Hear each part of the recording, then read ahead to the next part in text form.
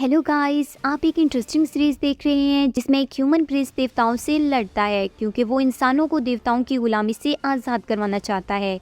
इसी दौरान उसे एक देवता लड़की से प्यार हो जाता है जिससे वो हेमन से छुपकर शादी कर लेता है और उन दोनों का एक बेटा भी होता है जिसके आते ही प्रिंस अपने बाप की जगह किंग बन जाता है।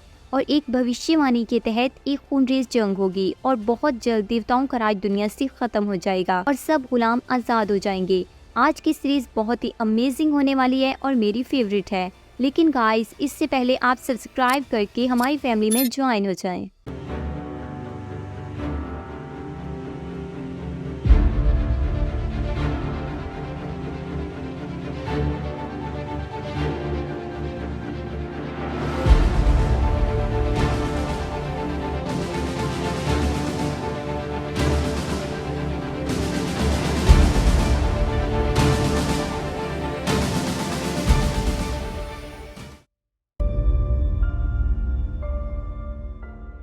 एपिसोड के शुरू में हम एक बूढ़े आदमी को देखते हैं जो कि देवताओं का मैसेंजर जवान है। एक लंबा रास्ता तय करके वो शेह किंगडम साहोगी में आता है और इसके साथ एक अजीब सी डार्क पावर है।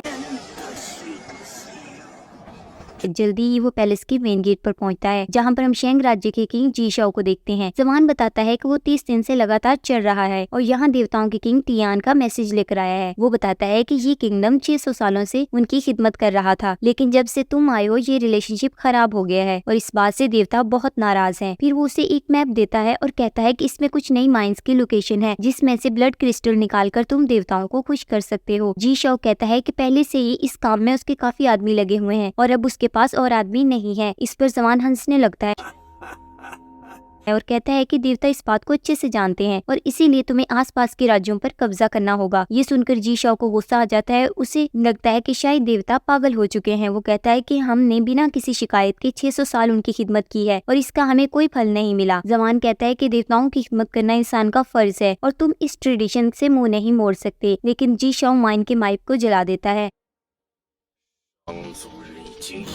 और कहता है कि मैं सिर्फ अपने रूल्स फॉलो करता हूँ। जवान उसे वार्न करने आगे बढ़ता है लेकिन वो किसी की बात नहीं सुनता और कहता है कि वो देवताओं का सामना करने के लिए तैयार है। उसका वोल्चर ये खबर देने हेवन की तरफ जाता है। नेक्स्ट हम प्रिंस वू गैंग को देखते हैं जो अपने डैड से बहुत नाराज है और उसे लगता है कि उसकी डैड को देवताओं से लड़ाई नहीं करनी चाहिए। अच्छा, हमको सिखा रिया है। उसे अपने फादर पर बिल्कुल ट्रस्ट नहीं है और वो सोचता है कि उसे अपनी हिफाजत खुद करनी होगी। तभी उसे बाहर से चीखों पुकार सुनाई देती है और वो देखता है कि शहर में अफरा तफरी मची हुई है। वो अपनी मॉम को ढूंढने टावर की तरफ जाता है और वो समझ जाता है कि देवताओं ने उन पर हमला कर दिया है। फिर हम उसकी मॉम और जी शाओ की वाइफ टार्जी को देखते हैं जो टावर से खड़ी ये सब देख रही होती है। तभी एक जियो नाम का फाइटर उसे मिलने आता है जो असल में जी शाओ का भाई है और बताता है जहांगी राज्य को बचाना बहुत मुश्किल है। उनकी बातों से पता चलता है कि जियो बहुत पहले राज्य को छोड़कर चला गया था और अब वो बहुत ही पावरफुल जंगजू बनकर वापस आया है। आगे हम जाओ राज्य के किंग जीफा को देखते हैं जिसके साथ देवताओं का मैसेंजर जमान भी है। वो जीफा से कहता है कि शेंग राज्य पर कब्जा करके तुम देवताओं के खास बन जाओगे और दुनिया में तुमसे ज्यादा कोई पावरफुल नहीं होगा। जीफा भी जानता है कि देवता बस उससे अपना काम निकलवाना चाहते हैं, लेकिन मजबूर होने की वजह से वो अपनी आर्मी को झांगी पर अटैक करने को कहता है। जल्दी उसकी आर्मी सिटी के बाहर पहुंच जाती है और वहाँ एक कत्लेआम शुरू हो जाता है। जी शाओ के लोग भी उन पर हमला करते हैं लेकिन जीफा की आर्मी उन्हें मार डालती है और सिटी के अंदर दाखिल हो जाती है।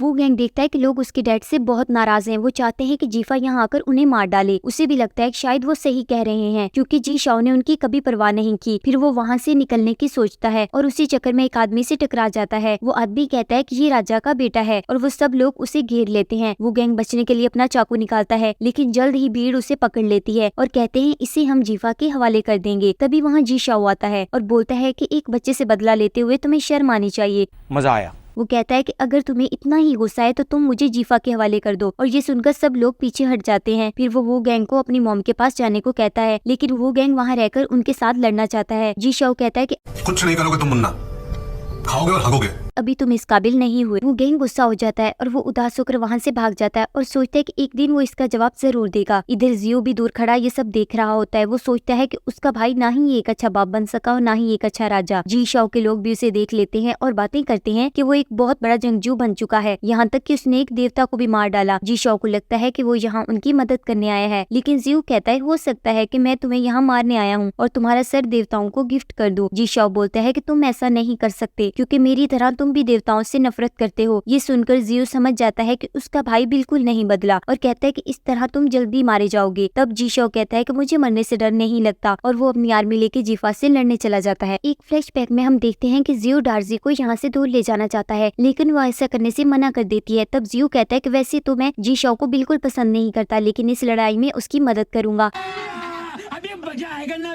आगे हम जीफा को देखते हैं जो जानता है कि वो जीत के बहुत करीब है और जवान उसे यकीन दिलाता है कि तुम अपना नाम तारीख में लिखने वाले हो। जीफा देवताओं के बारे में पूछता है और वो कहता है कि जरूरत पड़ने पर वो भी तुम्हारी मदद करने आएंगे। तभी वो जी शाओ को देखते हैं जो खतरनाक तरीके से उनकी तरफ बढ़ रहा होता है।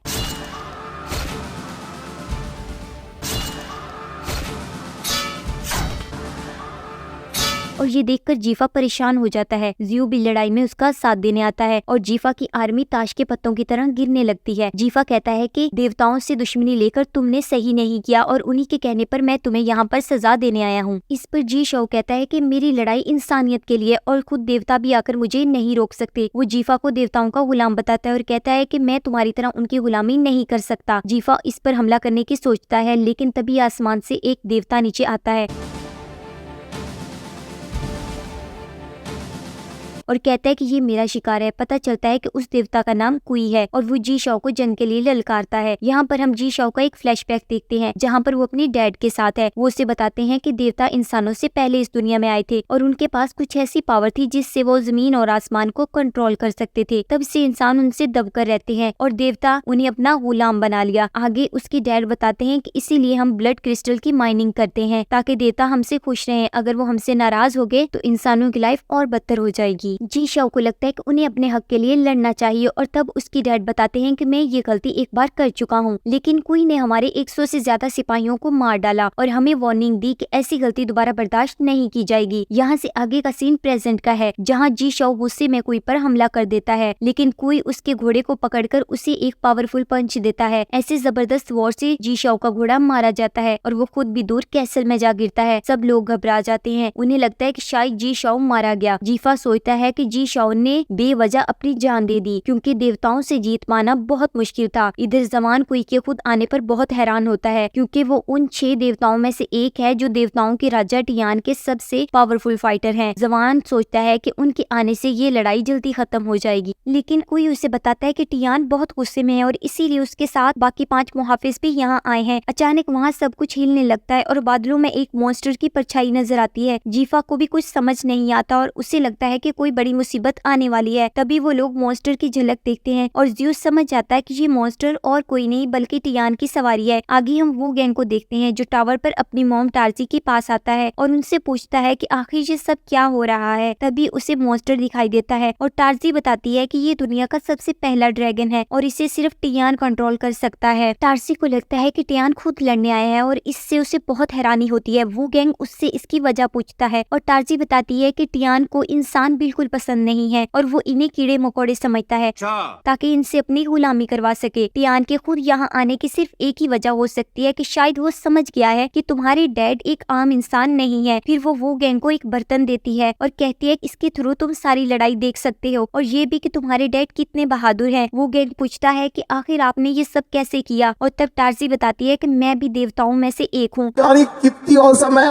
लेकिन 8 साल से हमने ये राज छुपा कर रखा है। वो गैंग ये सुनकर हैरान हो जाता है और टार्जी कहती है कि आज मैं तुम्हें सारी सच्चाई बताने वाली हूँ। नेक्स्ट हम बैटलफील्ड को देखते हैं जहाँ ड्रैगन पर बैठकर टियान के मुहाफिज भी वहाँ पहुँच जाते हैं। इन्हीं में से एक टाई है जो इंसानों को तड़पा कर मारना चाहता है और कुई से कहता है कि इन्हें आसान मौत नहीं मिलनी चाहिए। कुई को लगता है कि शायद टियान को ये सब अच्छा नहीं लगेगा, लेकिन टाई बताता है कि ये सब हमारे गुलाम है और हम जैसा चाहे इनके साथ वैसा सलूक कर सकते हैं। ऐसा लगता है कि जीफा को ये सब अच्छा नहीं लग रहा। इन्हीं देवताओं में एक देवता गीमू है जिसके पास जहरीली हवा की शक्ति है। वो बैटलफील्ड में आता है और अपनी जहरीली हवा को सिपाहियों पे छोड़ देता है। सिपाहियों की जिल्द ब्लैक होने लगती है और सफोकेशन की वजह से उनकी जान निकलने लगती है। जीफा ये देखकर घबरा जाता है और अपने लोगों को वापस बुला लेता है। ज़्यू अपने लोगों को खतरे में देखकर उनकी मदद करने के लिए जाने लगता है कि आगे से शी जिंग नाम का देवता उसका रास्ता रोक लेता है और उससे सवाल करता है कि आखिर तुम में ऐसी क्या खास बात है कि तुमने एक देवता को भी मार डाला। इधर सिपाही गीमू की ताकत के आगे टिक नहीं पा रहे होते और वो अपनी जहरीली हवा से उनको पिघलाकर उनकी जिल्द निकाल रहा होता है। टियान कहता कहता है कि मेरा कवच पुराना हो चुका है और मुझे नए कवच की जरूरत है, जिस पर गीमो हंसता है और कहता है कि आज मैं तुम्हें एक बहुत अच्छा कवच गिफ्ट करूंगा। और फिर वो सिपाहियों की जिल्द निकालने लगता है और उसकी अचानक एक सिपाही पर नजर पड़ती है जो इतने हमलों के बावजूद भी रेजिस्ट कर रहा होता है। वो कहता है कि आपके कवच के लिए इसकी जिल्द बिल्कुल ठीक रहेगी। जी शाओ समझ जाता है कि ये लोगों में अपना डर कायम कर रहे हैं और फिर वो उसके दोनों हाथ काट देता है, जिससे गीमो चीखने चिल्लाने लगता है और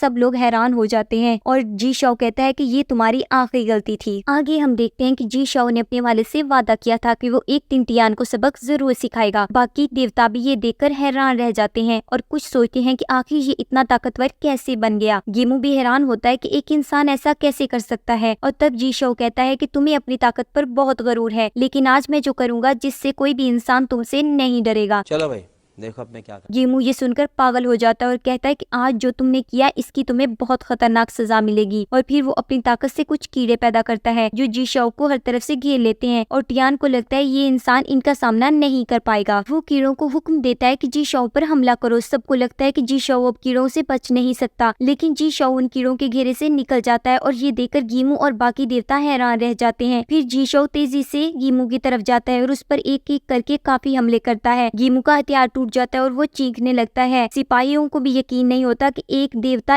इतनी आसानी से हार गया और समझ जाते हैं जी शाओ गीमू को मारना नहीं बल्कि तड़पाना चाहता है ताकि वो इंसानों को नुकसान कभी ना पहुंचाए और पता चले कि दर्द क्या चीज होती है। जीफा उसकी हिम्मत देखकर मुतासिर हो जाता है और दिमाग में सोचता है कि इससे देवताओं की इज्जत बिल्कुल भी नहीं रहेगी।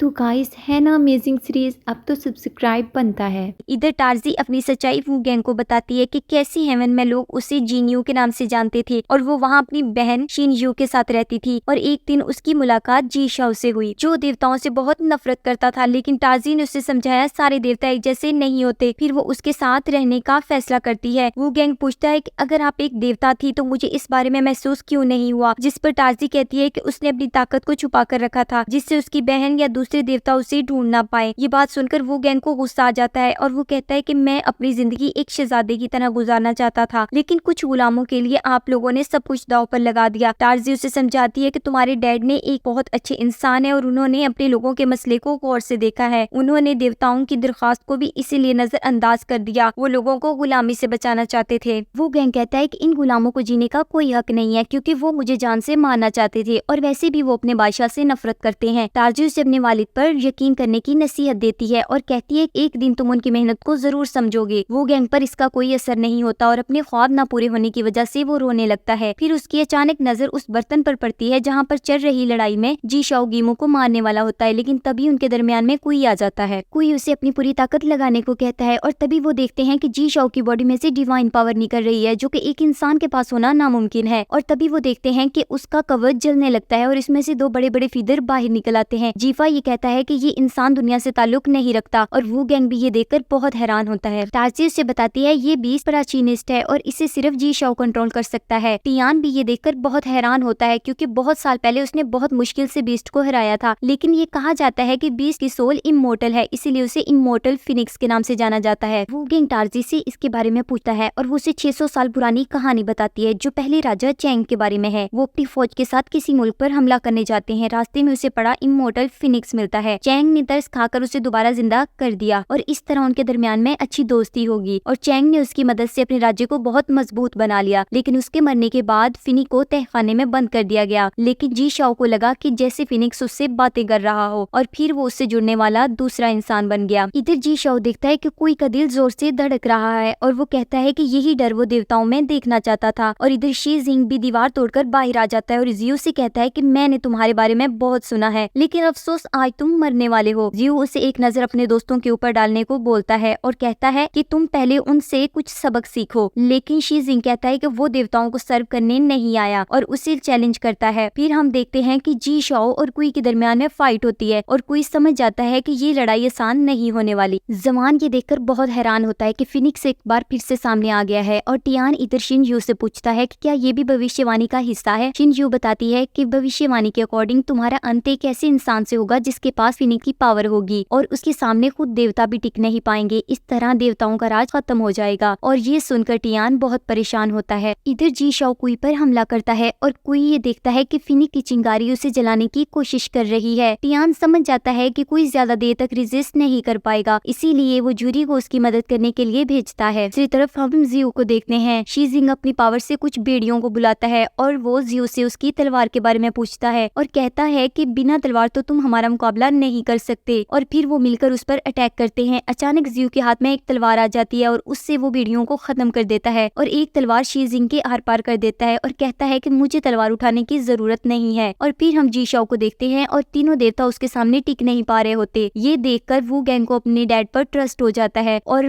जीफा भी उसे दिल ही दिल में सपोर्ट कर रहा होता है। टियान ये देखकर खड़ा हो जाता है और शिन यू उससे कहती है कि अब तुम ही हो जो जी शाओ को रोक सकते हो। ये सुनकर टियान हंसने लगता है और उसकी ड्रैगन की आवाज से जमीन हिलने लगती है। फिर हम टियान को ड्रैगन के मुंह से बाहर आता देखते हैं। को खुद मैदान में आना पड़ता है। टियान के आते ही जी शाओ को कुछ अजीब सा महसूस होता है और वो देखता है कि सभी जगह ग्रेनेस फैल गई है। सोल्जर्स को भी लगता है कि शायद उनकी आंखें खराब हो गई हैं क्योंकि इन्हें कोई रंग नजर नहीं आता। तब टाई बताता है कि ये टियान की मोनो पावर है जिससे उसके दुश्मन स्टर्न हो जाते हैं और उनको आसपास का साउंड, लाइट, स्मेल और यहाँ तक कि उनकी पावर भी गायब हो जाती है। तभी टियान के पांव जमीन पर पड़ते हैं और उसकी पावर से वहाँ खड़े सोल्जर्स का दम घुटने लगता है। जियो समझ जाता है कि उसने आसपास की हवा को रोक दिया है और शीजिंग कहता है कि अब तुम में से कोई भी बच नहीं पाएगा। टियान के बढ़ते कदमों से तबाही मचने लगती है और जीफा के लोग भी इससे बच नहीं पाते। टियान जी शाओ के पास आता है और पूछता है कि आखिर इस बगावत की क्या वजह है। वो कहता है कि यहाँ सब कुछ मेरा बनाया हुआ है और किसी में इतनी हिम्मत नहीं है कि वो मुझे रोक सके। जी शाओ कहता है कि तुम बेवजह खुद को इतनी इंपॉर्टेंस देते हो और इंसानों को तुम्हारे होने या ना होने से कोई फर्क नहीं पड़ता। फिर वो टियान को लड़ाई के लिए चैलेंज देता है और ये देखकर बाकी देवता भी दंग रह जाते हैं। टियान बिना हाथ उठाए उसे दूर फेंक देता है और कहता है कि जिस फिनिक्स पर तुम इतना उछल रहे हो मैं 600 साल पहले उसे हरा चुका हूँ और अब ये मेरा कुछ नहीं बिगाड़ सकता। फिर वो उसे फ्यूचर प्रिडिक्शन के बारे में बताता है और कहता है कि मुझे तुम में कुछ स्पेशल नहीं लगता। जी शाओ समझ जाता है कि टियान यहाँ भविष्यवाणी की वजह से आया है और वो उसे बताता है कि जल्द ही देवताओं का राज खत्म हो जाएगा। टियान को ये सुनकर हंसी आ जाती है और वो कहता है कि आज मैं तुम्हारे साथ फ्यूचर प्रिडिक्शन को भी खत्म कर दूंगा। फिर वो अपने ड्रैगन से उस पर हमला करता है और बताता है कि इंसानों और देवताओं में बहुत बड़ा गैप है और तुम मुझे सपने में भी नहीं हरा सकते। जी शाओ की ऐसी हालत देखकर उसके चाहने वालों को बहुत तकलीफ होती है, लेकिन कोई को लगता है कि फिनिक्स अभी भी बहुत स्ट्रॉन्ग है। एक सोल्जर हिम्मत करके जी शाओ की मदद करने जाता है लेकिन देखता है कि टियान के आसपास एक कवच है, उससे वो बुरी तरह जख्मी हो जाता है। वो किंग टार्जी से कुछ करने को कहता है। बाकी सोल्जर्स भी अपने किंग की ये हालत देखकर रोने लगते हैं। जियो अपने भाई की मदद करने की सोचता है और शीजिंग उसे रोक लेता है लेकिन उसके वार से बच नहीं पाता और कैसल की दीवार में फंस जाता है। जियो शील्ड को पार कर लेता है और अपनी तलवार से टियान पर हमला करने की सोचता है लेकिन तलवार टूटकर चकनाचूर हो जाती है और वो दूसरी ड्रैगन से जियो को भी पकड़ लेता है। यहाँ हम एक फ्लैशबैक देखते हैं जहाँ जी शाओ अपने बेटे के साथ है और टार्जी उसे अपने एक विजन के बारे में बताती है जिसमें देवताओं का राज खत्म हो चुका है। टार्जी के अकॉर्डिंग जल्दी एक जंग होगी जिसे शुरू तो जी शाओ करेगा लेकिन कभी उसका एंड नहीं देख पाएगा। वो टार्जी से प्रॉमिस लेता है कि तुम अब कभी भी अपनी पावर से फ्यूचर नहीं देखोगी। यहाँ से हम प्रेजेंट में जंप करते हैं। टियान जी शाओ से कहता है कि अब बस तुम्हारी आखिरी सांसें बची हैं। वो कहता है मेरे लिए यही आखिरी सांसें ही काफी हैं। फिर वो अपनी फिनिक्स को एक्टिवेट करता है जो इस बार अपनी फायर पावर के साथ है। बहुत कोशिश के बाद भी वो टियान को छू तक नहीं पाता। टियान हल्की सी मूवमेंट से ही उसे पीछे धकेल देता है। फिर वो जी शाओ पर एक हमला करता है। जी शाओ का आर्मर टूट जाता है और टियान के कवच में भी दरार आ जाती है। उनकी लड़ाई से आसपास की चट्टानों से एक सर्कल बन जाता है और उसमें से एक शॉकवेव निकलती है जिससे सोल्जर्स दूर जा गिरते हैं। जी शाओ समझ जाता है यहाँ लड़ना सेफ नहीं है। फिर वो सिटी के ऊपर उड़ने लगता है। तभी टियान सामने आकर उसे पकड़ लेता है और इसी चक्कर में वो दोनों टावर से टकरा जाते हैं। जी शाओ की तलवार फाइनली टियान को छू जाती है और टियान को बहुत गुस्सा आता है क्योंकि पिछले 1 लाख साल में पहली बार किसी इंसान ने उसे जख्मी किया है। वो जी शाओ पर अटैक करता है। वो गैंग देखता है कि इर्द गिर्द का कलर अगेन ग्रे हो रहा है, मतलब फिनिक्स अपनी लड़ाई हार चुका है। जख्मी जी शाओ नीचे गिरने लगता है। जी शाओ के जमीन पर टकराने से तेज धमाका होता है और वहाँ एक बहुत बड़ा क्रेटर बन जाता है। टियान देखता है जी शाओ में अभी भी थोड़ी जान बाकी है और वो अपनी ड्रैगन की मदद से उसे मार डालता है। जवान जीफा से कहता है अब तुम्हें शेंग पर हमला करने से कोई नहीं रोक सकता। जीफा और उसकी आर्मी शेंग पर हमला बोल देती है। शेंग के सोल्जर्स उनका मुकाबला करने की कोशिश करते हैं लेकिन अब बहुत देर हो चुकी थी। देवता भी वहाँ से वापस जाने लगते हैं और शेजिंग बेहोश पड़े जियो को अपने साथ ले जाता है। जीफा की आर्मी शहर में लूटपाट मचाने लगती रही है। इधर वो गैंग अपने फादर के मरने से बहुत दुखी होता है। वो देखता है कि जीफा की आर्मी सिटी में आ चुकी है और वो अपनी माँ से वहाँ से चलने को कहता है। टार्जी ऐसा करने से मना कर देती है और कहती है भागने के सारे रास्ते बंद हो चुके हैं और अब वो नहीं बच सकते। अपनी जान बचाने के लिए वो गैंग वहाँ से भागने की कोशिश करता है। टार्जी अपनी पावर से टावर में आग लगा देती है और वो दोनों वहीं ट्रैप हो जाते हैं। वो गैंग गुस्से में अपनी डैगर निकाल लेता है और पूछता है कि आखिर आप ये सब क्यों कर रही हो। टार्जी कहती है कि ये हमारी डेस्टिनी है। फिर डैगर छीनकर उसे पकड़ लेती है और वो गैंग से कहती है कि डरने की कोई जरूरत नहीं और जल्द ही ये सब खत्म हो जाएगा। वो गैंग उसे ऐसा करने से मना करता है लेकिन टार्जी उसे डैगर से मार देती है और कहती है वो ऐसा करने के लिए मजबूर है। फिर वो खुद भी आग में कूद जाती है और पूरा टावर गिर जाता है। शिन यू को उसकी डिवाइन पावर का एहसास होता है और वो टियान को बताती है कि उसकी बहन ने खुद को मार डाला है। फिर टियान उससे भविष्यवाणी के बारे में पूछता है कि जी शाओ के मरने के बाद भी क्या उसे और भी खतरे हैं। तब शिन यू कहती है फिनिक्स उस पेशेंट गोई का खास हिस्सा था लेकिन अब उसे दोबारा हील होने में कई सौ साल लग जाएंगे और तब तक पेशेंट गोई टाइमलाइन खत्म हो जाएगी। फिर वो लोग ड्रैगन पर हेवन की तरफ निकल जाते हैं। इधर हम टावर के जलते हुए मलबे को देखते हैं और अचानक उसमें से वो गैंग बाहर आता है। उसे लगता है कि शायद ये एक ड्रीम है। टार्जी के मारने के बाद भी उसके जिस्म पर कोई जख्म नहीं है। वो सिटी की तरफ जाता है और देखता है कि जीफा के सोल्जर्स लोगों पर जुल्म कर रहे हैं। फिर वो वहाँ से निकलने की सोचता है कि अचानक कुछ सोल्जर्स उसी की तरफ आ जाते हैं लेकिन वो गैंग को हैरानी होती है कि उन्होंने उसे बिल्कुल नोटिस नहीं किया। यही सब सोचते हुए वो आगे बढ़ने लगता है। एक सोल्जर्स एक लेडी को तंग कर रहा होता है। वो उसे बचाने की सोचता है लेकिन पता चलता है कि उसकी बॉडी इनविजिबल हो चुकी है। तभी टार्जी की सोल उसे मिलने आती है और बताती है जो कुछ मैंने किया वो तुम्हें यहाँ से बचाने के लिए किया और मेरा डिवाइन एसेस तुम्हें प्रोटेक्ट कर रहा था। ये सुनकर वो गैंग खुश हो जाता है कि अब वो अपनी माँ से दोबारा मिल सकता है लेकिन टार्जी बताती है कि डिवाइन एसेस के निकलने की वजह से वो अब बहुत दूर जा चुकी है और यहाँ वो उसे आखिरी गुड बाय बोलने आई है। टार्जी की सोल गायब होकर आफ्टर लाइफ में चली जाती है। एक आखिरी आवाज उसे बताती है कि डिवाइन एसेस तुम्हारी बॉडी में पूरी तरह समा चुका है लेकिन जल्द ही उसे एक नई बॉडी ढूंढनी होगी और इसके लिए तुम्हारे पास सुबह तक का वक्त है वरना तुम्हारी सोल आफ्टर लाइफ में चली जाएगी। वो गैंग ये सुनकर भागने लगता है और देखता है कि रास्ते में बहुत सारी बॉडीज पड़ी हैं। वो अपने लिए एक सूटेबल बॉडी ढूंढने लगता है। उसकी सोल धीरे धीरे गायब हो रही होती है और सूरज भी निकलने वाला है। बहुत कोशिश के बाद भी उसे सूटेबल बॉडी नहीं मिलती और उसे लगता है कि उसकी माँ का सेक्रीफाइस वेस्ट हो जाएगा। एक जगह धूप में पाँव पड़ने पर उसकी सोल वेपोराइज होने लगती है। वो समझ जाता है कि उसके पास बहुत कम टाइम बचा है और तभी उसे कुएं के पास पड़ी बॉडी दिखाई देती है। वो फौरन उसकी तरफ जाता है और उछलकर बॉडी को छू लेता है। जल्द ही उस बॉडी में जान आ जाती है और वो गैंग एक टब में रखे पानी से मुंह धोता है। तभी वो देखता है कि ये शक्ल कुछ जानी पहचानी है। यहाँ हम एक फ्लैशबैक देखते हैं जहाँ वो इसी लड़के के साथ प्रैक्टिस कर रहा है जो असल में एक मजदूर का बेटा है और फाइट में उससे हार जाने से अपनी हार पर गुस्सा होकर वो उस गुलाम को पकड़ने को बोलता है और उसे स्टिक से बहुत मारता है। फिर वो लड़का वो गैंग पर काउंटर अटैक करता है और बोलता है ये सब ताकत और घमंड तुम्हारे डैड का दिया हुआ है। ये सुनकर वो गैंग को बहुत गुस्सा आता है और वो डैगर से उसकी एक आंख फोड़ देता है। प्रेजेंट में वो गैंग को बिलीव नहीं होता कि किस्मत ने कैसा खेल खेला है। वो देखता है कि इस बॉडी पर बहुत गहरे जख्म है और समझ जाता है कि इस पर किसी ने पीछे से हमला किया था। टार्जी की आखिरी डिवाइन एसेस उस जख्म को भर देती है और वो एकदम पहले जैसा हो जाता है। तब उसकी नजर जीफा के सोल्जर्स पर पड़ती है और उससे पहले कि वो सोच पाए एक लड़की वहाँ आकर उसे अपने साथ ले जाती है और वो बताती है कि मैं तुम्हें कब से ढूंढ रही थी और अगर सोल्जर्स ने तुम्हें पकड़ लिया तो मुसीबत खड़ी हो जाएगी। वो उसे बचाकर एक शेड में ले आती है और कहती है हमें कुछ देर यही इंतजार करना होगा। वो गैंग उससे उसका नाम पूछता है और उस लड़की को लगता है कि शायद वो मजाक कर रहा है। वो गैंग भी समझ जाता है कि ये शायद गुलाम को पहले से जानती है और वो नाटक करता है कि चोट लगने की वजह से उसकी याददाश्त चली गई है। वो इससे अपनी मदद करने को कहता है और बोलता है तुम्हें मेरे बारे में सब कुछ बताना होगा। तब लड़की बताती है कि तुम्हारा नाम एगो है और तुम्हारे फादर एक कारपेंटर थे लेकिन वो भी इस दुनिया में नहीं रहे। वो गैंग ये सुनकर चौंक जाता है क्योंकि चाइनीज में एगो का मतलब डॉग होता है और दूसरा उसे लगता है एक कारपेंटर का बेटा होना उसकी शान के खिलाफ है। वो ठान लेता है चाहे कुछ भी हो जाए वो अपनी असली पहचान कभी नहीं भूलेगा। आगे वो लड़की अपने बारे में बताती है कि मेरा नाम बाई है और मैं तुम्हारी फियांसे हूँ और अब इस दुनिया में मेरे अलावा तुम्हारा कोई नहीं है। वो गैंग कहता है कि अगर ऐसा है तो तुम्हें मेरा साथ देना होगा और हमें फौरन ये शहर छोड़कर कहीं दूर जाना होगा। बाई भी उसकी बात मान जाती है और वो दोनों वहाँ से निकलने के लिए तैयार हो जाते हैं। आगे हम जीफा को देखते हैं जो अपने लोगों के साथ टार्जी और वो गैंग को ढूंढ रहा है। एक सोल्जर बताता है कि नीचे एक लेडी और बच्चे की बॉडी पड़ी है और उन्हें लगता है ये टार्जी और उसका बेटा है। वो बताते हैं कि टावर पर वो दोनों अकेले ही थे और शायद बचने के लिए उन्होंने आग में छलांग लगा दी। जीफा को उनके मरने का बहुत दुख होता है लेकिन वो कहता है कि पकड़े जाने से उनका मरना ही अच्छा है वरना देवता इन्हें भयानक सजा देते। तभी टियान का मैसेंजर जमान वहाँ आता है और कहता है हेमन के दुश्मनों को यही सजा मिलनी चाहिए। फिर वो जीफा को कांग्रेट्स करता है और कहता है कि अब से दुनिया तुम्हें टियान के बेटे से जानेगी और तारीख में तुम्हारा नाम अमर हो जाएगा। आगे हम देखते हैं कि उन्होंने जी शॉ और उसके आदमियों को क्रॉस पर लटका दिया है ताकि बाकी इंसानों को इससे सबक मिले। इधर हम वू गैंग और बाई को शेड से बाहर आते देखते हैं, लेकिन वहाँ 2 वुल्फ उन पर अटैक कर देते हैं। वू गैंग बाई को वहाँ से भागने को बोलता है और किसी तरह एक वुल्फ को रास्ते से हटा देता है। वो दूसरे वुल्फ से बचने के लिए वहाँ से भागने लगता है, लेकिन एक सोल्जर सामने आकर उसे बेहोश कर देता है। सपने में वो अपने डैड से मिलता है, लेकिन वो बिना कुछ कहे वहाँ से चले जाते हैं। फिर वो अपनी रिफ्लेक्शन देखता है जो एगो की जैसी है और वो कहता है ये सच नहीं हो सकता क्योंकि मैं शेंग का प्रिंस वू गैंग हूँ। तभी उसकी आंख खुल जाती है और वो देखता है कि सोल्जर्स ने उनको बंदी बना लिया है। वो देखता है कि उनके साथ और भी लोग कैद हैं। बाई बताती है कि सर पर चोट लगने की वजह से तुम 2 दिन से बेहोश थे। एक लड़का उसे कहता है कि तुम बहुत लकी हो। जीफा के गुलाम उन्हें नॉर्दर्न माइंस की तरफ ले जा रहे हैं और वो जगह एक दोजख जैसी है। जल्दी ही वो लोग माइंस तक पहुंच जाते हैं। सिपाही उन्हें बंदी बनाकर माइंस के अंदर ले जाते हैं और एक सिपाही कहता है अभी तुमसे मास्टर मिलने आएंगे। और फिर लीजिंग वहाँ पहुँच जाता है, सबका इस्तकबाल करता है और कहता है आज से तुम्हारी सारी प्रॉब्लम्स खत्म हो जाएंगी। यहाँ लोग काम करके बहुत खुश हैं। फिर उन्हें माइंस के अंदर ले जाया जाता है जहाँ पर एक गर्म पट्टी से उनको एक निशान दिया जा रहा होता है और जो उससे इनकार करता है उससे सिपाही मार देते हैं। वू गैंग कहता है कि हम लोग सिर्फ इनके लिए जानवर हैं, मैं समझ गया था वो एक अच्छा इंसान नहीं है। वू गैंग सोचता है कि कहीं मेरी सारी जिंदगी यहीं बर्बाद ना हो जाए। फिर लाओ नाम का एक लड़का इन्हें बुलाता है और पता चलता है कि लीजिंग ने उसे कैप्टन बना दिया है। वो इन्हें रूल्स को अच्छे से फॉलो करने का कहता है, इसी तरह तुम लीजिंग को मुतासिर कर सकते हो। पिंजरे वाला लड़का वू गैंग से कहता है कि अपनी बीवी से काम करवाते हुए तुम्हें शर्म आनी चाहिए और देखो वो कितनी कमजोर लग रही है। वू गैंग उसे इसका जवाब देने का सोचता है, लेकिन बाई उसे रोक लेती है। तभी खाने की बेल बजती है। वू गैंग बाई को लेकर खाने की तरफ जाता है। वहाँ लाओ उसे बाजू से पकड़कर अपनी तरफ खींच लेता है। लाओ बताता है कि रूल्स के हिसाब से तुमने इतनी मेहनत नहीं की, तुम्हें यही इंतजार करना होगा। वू गैंग कहता है कि लीजिंग हमें गुलामों की तरह ट्रीट नहीं कर सकता। ये सुनकर लाओ को भी गुस्सा आ जाता है। वो वू गैंग को सबक सिखाने के लिए बहुत मारता है और बाई उसे बचाने के लिए लाओ से माफ करने की दरख्वास्त करती है और इसके वार से बाई बुरी तरह घायल हो जाती है। वो देखता है कि बाई की हालत बहुत खराब है। वो पास खड़े सिपाहियों से मदद करने को कहता है, बिना इलाज के बाई मर जाएगी। वो कहते हैं हमें सिर्फ काम से मतलब है, कोई भी इसका साथ देने को तैयार नहीं होता। तभी एक आवाज उसे कहती है मैं तुम्हारी मदद कर सकती हूँ और वो गैंग देखता है कि छत से एक बूढ़ा आदमी लटक रहा है। वो आदमी कहता है कि जैसी चोट इस लड़की को लगी है ये ज्यादा दिन तक जिंदा नहीं रहेगी। वो आदमी मदद के इवज एक शर्त रखता है कि वो टाइम आने पर तुम्हें भी मेरी मदद करनी होगी। फिर वो आदमी उसे एक पोटली देता है और कहता है कि इसमें से रोज तुम्हें एक गोली इस लड़की को देनी होगी और धीरे धीरे वो लड़की ठीक हो जाएगी। वो गैंग देखता है कि उसमें रेड पिल है। वो गैंग बाई को एक पिल खिला देता है। दवाई के बाद ही बाई के जिस्म में हलचल होने लगती है। इससे पहले वो गैंग उसे थैंक्स बोल पाए वो आदमी वहाँ से गायब हो जाता है। फिर वो वापस माइन में आते हैं। यहाँ वो लड़का कहता है हमें तुम्हारी टेंशन हो रही थी। वो गैंग बताता है अब सब ठीक हो चुका है, बस थोड़े आराम की जरूरत है। वो बाई को साइड में बिठा देता है। फिर वो माइनिंग करने लगता है और सब सोने चले जाते हैं, लेकिन वो गैंग बिना रुके काम करता रहता है क्योंकि उसे बाई के हिस्से का भी काम करना था। फिर वो लड़का भी अपने दोस्त के साथ उसकी मदद करने आ जाता है। वो गैंग को ये थोड़ा अजीब लगता है। आगे वो बताता है मेरा नाम जियांग है और ये मेरा दोस्त आशी है और हम दोनों के डैड इन्हीं माइंस में काम करते हुए गायब हो गए थे। और वो गैंग बताता है मैं एक कारपेंटर का बेटा हूँ। वो गैंग को एक केयरफुल रहने को कहता है क्योंकि उसे वो गैंग बाकियों से थोड़ा अलग नजर आता है। डिनर के टाइम पर लाओ वो गैंग को बहुत सारे ब्लड क्रिस्टल भी देता है और अब उसे पेट भर के खाने को भी मिलता है और बहुत कोशिशों के बाद बाई को भी होश आ जाता है। बूढ़ा आदमी वो गैंग को अपने पास बुलाता है और उसे अपना वादा पूरा करने को कहता है। वो गैंग उसको कहता है कि तुम माइंस में काम करने वाले बिल्कुल भी नहीं लगते, तुम माइंस के अंदर कैसे आते जाते हो। वो कहता है यहाँ आने की मेरी एक खास वजह है और वो वजह तुम हो। वो उसके सामने नाटक करता है और कहता है कि मेरा नाम एगो है, लेकिन वो आदमी कहता है कि मैं तुम्हारा पूरा इतिहास जानता हूँ और ये भी कि तुम्हारी बॉडी में जो डिवाइन एसेस है वो तुम्हारी मदर टार्जी का है। तब पता चलता है कि ये टार्जी के फादर फुई हैं। फिर वो गैंग को एक फायर मंत्र देता है। वो गैंग देखता है कि उसके हाथ पर एक निशान बन जाता है। वो गैंग बाई से कहता है कि मैं तुम्हें बहुत जल्द यहाँ से निकाल लूंगा। फिर वो जियांग और आशी को बताता है कि हमें यहाँ से निकलने के लिए एक सुरंग बनानी होगी। उस वक्त वो अपना काम शुरू कर देते हैं। वो गैंग देखता है कि मजदूरों के हिसाब से यहाँ बहुत कम सिपाही हैं। उनको मैनेज करने के लिए अलग अलग पोजीशन बनाई हुई है, जैसे कैप्टन, सीनियर कैप्टन। इतनी देर में वहाँ लीजिंग का बेटा नेजा आ जाता है जो गुलामों के साथ बहुत बुरा ट्रीट करता है। फिर वो गैंग को एक बूढ़ा आदमी मिलता है जो बताता है कि मैं भी तुम्हारी उम्र में यहाँ आया था, लेकिन मेरे सारे ख्वाब इस जगह ने खत्म कर दिए। इतने में लाओ बाहर आता है और वो उनके सारे प्लान को जान चुका होता है। वो गैंग उसे भी अपने साथ चलने को कहता है। जब वो लीजिंग के पास सब कुछ बताने के लिए जाने लगता है तो वो गैंग उस पर हमला कर देता है। वो गैंग फायर मंत्र की मदद से उसे जान से मार डालता है। है तभी उन्हें सोल्जर्स के आने की आवाज आती है। वो गैंग जल्दी से सुरंग के रास्ते को छुपाने की कोशिश करता है। सोल्जर उन चारों को घेर लेते हैं। जल्दी ही वो उन्हें लीजिंग के पास ले आते हैं। वो पूछता है आखिर इतने स्ट्रॉन्ग कैप्टन को किसने मारा। ये सुनकर वो गैंग खड़ा हो जाता है। वो गैंग कहता है कि हम आपके लिए ज्यादा मेहनत कर रहे थे, लेकिन लाओ को इससे भी प्रॉब्लम होने लगी। वो बिना हमारी सुने हमें बुरी तरह मारने लगा और अनजाने में उसकी मौत मेरे हाथों हो गई। फिर वो बताता है माइंस में हमारी प्रोडक्शन सबसे ज्यादा है और सीनियर कैप्टन इस बात को कंफर्म करते हैं। फिर वहाँ नेजा आता है और कहता है कि क्यों न इनके साथ एक खेल खेला जाए, हम इनकी फाइट एरिना में बिग फूट के साथ करवा सकते हैं। उससे नेजा की जिद के आगे झुकना पड़ता है। वो कहता है अगर तुम बिग फूट से जीत गए तो तुम्हारे सारे गुनाह माफ हो जाएंगे और तुम्हें इनाम भी मिलेगा। एरिना में सारे गुलाम उनकी फाइट देखने आते हैं। तभी वो गैंग और उसके दोस्तों को हथियार दिए जाते हैं। ड्रम की आवाज के साथ एक बड़ा सा दरवाजा खोला जाता है और बिग फूट बाहर आने के लिए तैयार हो जाता है। लीजिंग नेजा से कहता है ये जानवर जंगलों में रहते हैं, लेकिन मैं इससे माइन का काम करवाना चाहता हूँ। जल्दी ही बिग फूट बाहर आ जाता है। सबसे पहले वो गैंग पर अटैक करता है और फिर वो आशी को भी दूर फेंक देता है। फिर बिग फूट बाई की तरफ जाता है, लेकिन वो गैंग एंड टाइम पर आकर उससे बचा लेता है। वो देखता है बिग फूट एक बार फिर उनकी तरफ आ रहा है। वो अपने पास रखी एक पोटली उसकी तरफ फेंकता है, जिससे निकला पाउडर उसकी आंखों में चला जाता है। नेजा लीजिंग से कहता है ये चीटिंग है। लीजिंग कहता है जंग में सब कुछ जायज होता है। वो गैंग बिग फूट के सर पर चढ़ जाता है और एक पत्थर से वार करने लगता है। मौका देखकर जियान भी बीच में आ जाता है। तभी वो गैंग का फायर मंत्र चमकने लगता है। उसके अगले वार से बिग फूट तड़प उठता है और गुस्से में उन सबको दूर फेंक देता है। बिग फूट वो गैंग पर जंप करता है, लेकिन वो गैंग पास बड़ा भाला उठा लेता है। वो गैंग किसी तरह बिग फूट को हरा देता है और ऐसा लगता है जैसे वो उसे जान से मार डालेगा, लेकिन कुछ सोचकर वो उसकी जान बख्श देता है और कहता है हम दोनों एक जैसे हैं। बाकी लोग भी उनकी जीत देखकर बहुत खुश होते हैं और उन चारों को एक नई जिंदगी मिल जाती है। लीजिंग वो गैंग की बहादुरी से बहुत इम्प्रेस होता है और वादे के मुताबिक उसे अपने लिए एक इनाम मांगने को कहता है। वो गैंग कुछ सोचकर अपने घुटनों पर आ जाता है और कहता है मैं लाओ की जगह माइन में कैप्टन बनना चाहता हूँ। वो बताता है कि मैंने लाओ के काम को अच्छे से देखा है और मुझे यकीन है मैं उससे बेहतर कैप्टन बनूंगा। बाकी लोगों के साथ साथ लीजिंग भी ये सुनकर हैरान हो जाता है और सोचता है आज तक इतना यंग लड़का कभी कैप्टन नहीं बना। वो एक बार फिर रिक्वेस्ट करता है और फाइनली लीजिंग उसके लिए तैयार हो जाता है। ये कहकर वो वहाँ से चला जाता है। वो गैंग को कैप्टन की सील लगा दी जाती है और वो अपनी टीम को भरोसा दिलवाता है कि आज से उनकी सारी प्रॉब्लम्स खत्म हो जाएंगी। लोग भी समझ जाते हैं कि वो लाओ से बिल्कुल अलग है। सीनियर कैप्टन भी वो गैंग से बहुत खुश होता है। तभी वो गैंग को किसी के चिल्लाने की आवाज आती है और पता चलता है कि उसी बिग फूट की आवाज है जिसे लड़ाई में हराया था। सीनियर कैप्टन बताता है लीजिंग उससे माइन का प्रोडक्शन बढ़ाना चाहता था, लेकिन तुम्हारी पिटाई के बाद वो बहुत तकलीफ में है। वो गैंग कहता है अगर ऐसा है तो मुझे उससे एक बार मिल के देखना चाहिए। वो गैंग उससे जेल में मिलने जाता है और कहता है मैं यहाँ तुम्हारी मदद करने आया हूँ। वो बिग फूट को एक रेड पिल देता है और वो भी उस पर भरोसा करके उसे खा लेता है। वो गैंग उसे यकीन दिलाता है कि जल्द ही तुम ठीक हो जाओगे। फिर हम उसे बाई के साथ देखते हैं और वो बताता है कि हमारा प्लान कामयाब हो रहा है और जल्द ही हम सरफेस तक पहुँच जाएंगे। उसे लगता है कि बाकी गुलामों को भी साथ ले जाया जा सकता है और उसके लिए उन्हें एक स्ट्रॉन्ग प्लान की जरूरत होगी। 3 से 4 साल में वो बाहर निकल जाएंगे। बाई को लगता है वो बदल गया है और ये सुनकर वो घबरा जाता है और वो कहती है पहले तुम लेफ्ट हैंडेड थे और अब तुम सारे काम राइट हैंड से करते हो और तुम्हारी टोन और एक्सप्रेशन पहले से बहुत अलग है। वो गैंग कहता है कि ये सब शायद मेरी चोट की वजह से है। बाई कहती है वैसे ये तुम्हारा चेंज बहुत पॉजिटिव है और तुम मुझे पहले से ज्यादा प्यार करने लगे हो। वो गैंग ये सुनकर सोच में पड़ जाता है और उसे लगता है कि शायद उसे बाई को सब कुछ सच बता देना चाहिए। इससे पहले कि वो अपनी बात पूरी कर पाए जियांग और आशी आ जाते हैं और बताते हैं कि माइन में सब लोग तुम्हारी ही बातें कर रहे हैं। इन्हें लगता है कि तुमने लाओ को अपनी पोजीशन के लिए मार डाला और लीजिंग तुम्हें अपने बेटे की तरह समझता है। आशी कहता है जब तक उन्हें हमारे प्लान का पता चलेगा हम यहाँ से बाहर निकल चुके होंगे। बाई को एक बिजनेस आइडिया आता है और वो कहती है यहाँ से निकलकर हम एक रेस्टोरेंट खोलेंगे और बाकी तीनों भी उसकी बात से अग्री करते हैं। वो गैंग खुद से प्रॉमिस करता है कि बाहर निकलकर वो बाई को सारी सच्चाई बता देगा, लेकिन बाहर निकलने के लिए उसे बहुत मेहनत करनी होगी। सीन 4 years लेटर का है जहाँ हम काफिले को माइन में आते हुए देखते हैं। तभी जीफा का बेटा जीकू सामने आता है और अंदर बैठे गेमू को बताता है कि हम माइंस तक आ पहुँचे हैं। गेमू कहता है 4 साल से उसने बाहर की दुनिया नहीं देखी। वो गैंग भी उसे देख लेता है। जहाँ हम उसका 4 साल फ्लैशबैक देखते हैं जहाँ वो गैंग ने अपने दोस्तों के साथ मिलकर तकरीबन सुरंग को कंप्लीट कर लिया होता है और साथ ही वो लीजिंग के कामों में भी उसकी हेल्प करवा रहा होता है। वो सीनियर कैप्टन बन चुका होता है। फाइनली वो माइन की सरफेस तक पहुँच जाते हैं और अपने गुजारे हुए वो पल याद करता है जिसकी वजह से वो आज यहाँ तक पहुँच पाया है। लीजिंग गेमू को माइन का इंस्पेक्शन करवाता है। गेमू भी उसका मैनेजमेंट देखकर बहुत इम्प्रेस होता है। लीजिंग कहता है कि ये सब आप देवताओं की वजह से है। अचानक वो गैंग उनके सामने आ जाता है और लीजिंग बताता है कि ये माइन में मेरा राइट हैंड है। वो गैंग गेमू और जी शो की लड़ाई याद करता है और सोचता है कि आखिर यहाँ ये क्या लेने आया है। लीजिंग उसे खुलकर अपनी प्रॉब्लम बताने को कहता है। वू गैंग बताता है कि मैं उस मॉन्स्टर की बात करना चाहता हूँ जो काफी टाइम से गुलामों को मार रहा है। गीमू ये सुनकर चौंक जाता है और लीजिंग वू गैंग से पूरी बात बताने को कहता है। वू गैंग बताता है ये बात 1 मंथ पहले की है। कुछ लोग माइन से गायब होना शुरू हो गए, फिर उन्हें वर्कर्स के कटे हुए हाथ दिखाई दिए और वो समझ गए कि ये किसी मॉन्स्टर का काम है। बहुत ढूंढने पर भी वो मॉन्स्टर नहीं मिला और लोग पहले की तरह गायब होते रहे। वर्कर्स ने उस मॉन्स्टर को देख लिया जिसके नुकीले दांत और पूरे जिस्म पर स्पाइक थे। इस वजह से माइन में दहशत फैली हुई है। पूछता है कि तुमने खुद कभी उसे देखा है, जिस पर वू गैंग मना कर देता है। लीजिंग को लगता है कि ये किसी जानवर का काम है। गीमू जीको को खुद इस बात की तहकीक करने को कहता है। लीजिंग वू गैंग से उसकी मदद करने को कहता है और ये सब कहकर वो वहाँ से चले जाते हैं। वू गैंग सोचता है कि अब उसे अपने प्लान में कुछ बदलाव करना होगा। आगे हम 3 देवताओं को देखते हैं, टाई, कुई और जूरी, जिन्हें टियान ने एक मिशन पर भेजा होता है। उनकी बातों से पता चलता है कि शिन यू की प्रिडिक्शन में कुछ चेंजेस आ गए हैं और इसीलिए ये तीनों यहाँ तहकीकात करने आए हैं। इधर वू गैंग बाई और अपने दोस्तों से बाहर निकलने को कहता है और बताता है कि गीमू के आने से खतरा बढ़ चुका है। बाई उससे भी साथ चलने को कहती है, लेकिन वू गैंग को लगता है कि उसके जाने से लीजिंग को शक हो जाएगा। हो सकता है वो सब पकड़े जाएं। वो उन सबको पेड़ के पास मिलने को कहता है जहाँ वो पहली बार मिले थे। आगे हम 2 डार्क वन, कीवू और स्वैंग को देखते हैं, जिन्हें हेवन से निकालकर हेल में भेज दिया गया था। स्वैंग कीवू को वार्न करता है कि हमें इंसानी दुनिया में नहीं आना चाहिए, लेकिन कीवू बताती है कि ये काम मुझे खुद जनरल जीम ने दिया है। यहाँ से सीन वापस माइन में आता है जहाँ मॉन्स्टर ने एक बार फिर हमला कर दिया है और जीकू भी उसे देख लेता है। सोल्जर्स उसे घेरने की कोशिश करते हैं लेकिन वो उनके हाथ नहीं आता। जीकू सामने से उस पर हमला करता है लेकिन मॉन्स्टर गोबर से भरी बास्केट उस पर डाल देता है। सोल्जर्स को उसमें से बहुत स्मेल आती है और जीकू भी अपनी इन सर्च से बहुत नाराज होता है। वो पागलों की तरह उस मॉन्स्टर को ढूंढने लगता है और एक जगह उसे जख्मी पड़ा वू गैंग दिखाई देता है। वो लोग उसे लीजिंग के पास ले जाते हैं और वू गैंग बताता है कि ये सब उसी मॉन्स्टर ने किया है। वो माइन में उसे ढूंढ रहा था और उसी का पीछा करते हुए एक जगह वो आमने सामने आ गए। आगे वो बताता है कि मॉन्स्टर ने आपके लिए एक मैसेज छोड़ा है, अगर माइन का काम बंद नहीं किया गया तो यहाँ बहुत तबाही मचेगी। ये सुनकर नीजा लीजिंग के पास आता है और कहता है मैं माइंस को अच्छे से जानता हूँ और अगर आप परमिशन दे तो मैं उस मॉन्स्टर को पकड़ लाऊं। लीजिंग ऐसा करने से मना कर देता है और कहता है तुम मेरे अकलौते बेटे हो और मैं तुम्हें मुसीबत में नहीं डाल सकता। फिर वो उसे बाहर जाकर हंटिंग करने को कहता है और वू गैंग को भी कुछ दिन आराम करने को बोलता है। आगे हम बाई, जियांग और आशी को देखते हैं जो छुपकर वहाँ से बाहर जा रहे होते हैं। तभी वो देखते हैं कि सामने जूरी खड़ा है और जियांग इन्हें चुपचाप साइड से निकलने को कहता है। जूरी को बाई से डिवाइन एसेस की स्मेल आती है और वो उन्हें रोक लेता है और उसे लगता है कि शायद इनमें से कोई देवताओं के बहुत करीब है, मगर ये तीनों उसे यकीन दिलाते हैं कि वो सिंपल से इंसान है। वो मजीद जांच करने के लिए बाई को हेवन ले जाना चाहता है। जियांग इन सबको भागने को बोलता है लेकिन जूरी अपनी पावर से बाई तक पहुंच जाता है और कहता है भागने से कोई फायदा नहीं है और मैं तुम्हें कोई नुकसान नहीं पहुंचाऊंगा। तभी उनके दरमियान एक तलवार आ जाती है और की वो उसे बचाने आती है। बाई मौका देकर अपने दोस्तों के पास चली जाती है और जूरी भी समझ जाता है कि ये लड़की डार्क वंस के ग्रुप की है। कि वो कहती है कि एक मासूम लड़की पर अटैक करते हुए तुम्हें शर्म आनी चाहिए। बाई और उसके दोस्तों को वहाँ से जाने को बोलती है। जूरी उन्हें रोकने की कोशिश करता है लेकिन कीवू उसका रास्ता रोक लेती है। तभी कीवू का साथी स्वैंग भी वहाँ आ जाता है और वो दोनों मिलकर जूरी पर हमला कर देते हैं। जूरी उनके सामने कमजोर पड़ जाता है और वो समझ जाता है कि उसकी जान खतरे में है। फिर टाई कुछ चेक करने माइन में आता है जहाँ लीजिंग उसे बताता है कि गीमू भी यहाँ आया हुआ है। वो इसमें कोई इंटरेस्ट नहीं दिखाता और कहता है कि अगर तुम्हें यहाँ कुछ भी अजीब दिखे तो फौरन उसकी खबर शिनयू तक पहुँचा देना। और फिर हम नीजा को देखते हैं जो अपने डैड के कहने पर हंटिंग करने आया हुआ है और अपने गार्ड से अलग होकर वो वहाँ खो जाता है। आगे हम लीजिंग को देखते हैं जो जीको को की एनर्जी की ट्रेनिंग दे रहा है। वो बताता है कि तुम इस एनर्जी से कुछ भी बना सकते हो, जैसे तलवार, पहाड़ और नदी, और एक दफा तुमने इसको अच्छे से मास्टर कर लिया तो तुम ये अटैक करने में भी इस्तेमाल कर सकते हो। तभी उसे नीजा के गार्ड की आवाज आती है और वो घबरा जाता है कि उसका बेटा गायब हो चुका है। उधर माइन में वू गैंग की आंख खुलती है और खुद को ठीक करने के लिए वो फुई की दी हुई रेड पिल खाता है। तभी वहाँ सीनियर कैप्टन आता है और बताता है कि शायद नीजा को मॉन्स्टर ने किडनैप कर लिया है। तभी हम नीजा को देखते हैं, वो एक पेड़ से लटका हुआ है और सामने मॉन्स्टर आ जाता है। नीजा के मुंह से रुमाल हटाता है और पता चलता है कि ये कोई और नहीं वू गैंग ही है। तब वू गैंग कहता है कि आज तक तुमने बहुत जुल्म किया है और मैं तुम्हें अब इसकी सजा देना चाहता हूँ। वो नीजा को बहुत मारता है और उसे याद दिलाता है कैसे वो गुलामों को बुरी तरह ट्रीट करता था। फिर वो एक चाकू निकालता है और कहता है आज मैं तुम्हारा सर काटकर तुम्हारे बाप को बेचने वाला हूँ। वो डर जाता है और उससे माफी मांगता है। वो बताता है कि उनकी लाइफ भी गुलामों जैसी है। उसके डैड की एनर्जी के एक्सपर्ट हुआ करते थे लेकिन उनकी इस इस पावर से देवता नाराज हो गए और उन्होंने उसके डैड को हमेशा के लिए माइन के काम पर लगा दिया। नीजा उससे रिक्वेस्ट करता है कि उसके अलावा उसके डैड का कोई नहीं है। ये सुनकर वो गैंग उसे माफ करने को तैयार हो जाता है, लेकिन कहता है तुम्हें मुझे की एनर्जी के बारे में सब कुछ बताना होगा। नीजा बताता है कि की एनर्जी से इंसान देवताओं तक को हरा सकता है, लेकिन उसके लिए माइंड विजन का होना बहुत जरूरी है और इससे तुम वो देख सकते हो जो नॉर्मल इंसान नहीं देख सकते। अचानक वो गैंग को अपने अंकल जियो की याद आती है जो की एनर्जी का ही यूज किया करते थे, लेकिन वो भी देवताओं की कैद में है। फिर वो गैंग वहाँ से चला जाता है और उसे कहता है तुम्हें 1-2 दिन यहीं गुजारने होंगे और फिर तुम्हें आजाद कर दूंगा। वो वापस माइंड में आता है और सोचता है इससे लीजिंग को भी एक अच्छा सबक मिल जाएगा। जीकू वहाँ आ जाता है और पूछता है जख्मी होने के बावजूद तुम यहाँ क्या कर रहे हो, और वो गैंग कहता है मेरी इंजरीज ठीक हो चुकी हैं और मैं यहाँ मास्टर नीजा को ढूंढने आया था। वो गैंग को एक काम सौंपता है, 2 ऐसे बच्चों को लाने को कहता है जिनकी उम्र 10 साल से कम हो। फिर वो जूरी को देखते हैं जो डार्क